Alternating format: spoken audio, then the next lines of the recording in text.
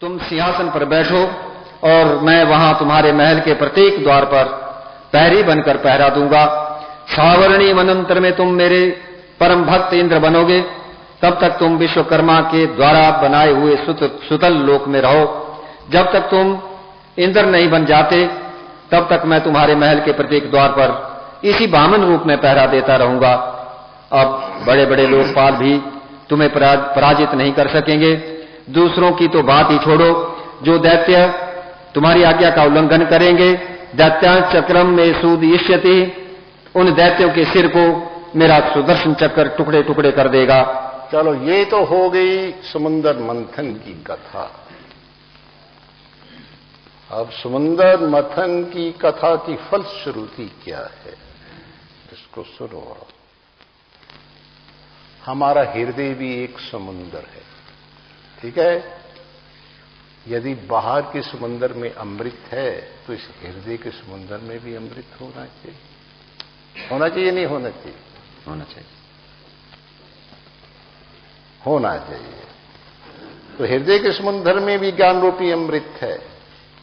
इस हमारे हृदय के समुद्र में भक्ता रसामृत अमृत है। ये अमृत छिपा हुआ है, अप्रकट है।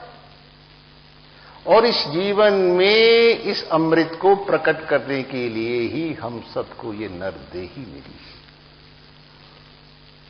जिसके बारे में भगवद गीता में ठाकुर जी ने कहा है, यम लब्ध्वा चा परम लाभम मन्यते नाधिकम तथा।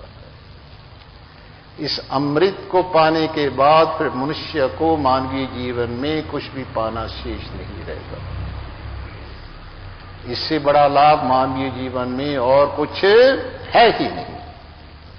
तो इस अमृत को हमने मथ कर प्रकट करना है। तो बाहर के समुद्र का देवताओं और ब्राह्मणों ने मिलकर मथन किया था। हमारे जीवन में भी दो वृत्तियां हैं, एक आसुरी वृत्ति है और एक देविक वृत्ति है।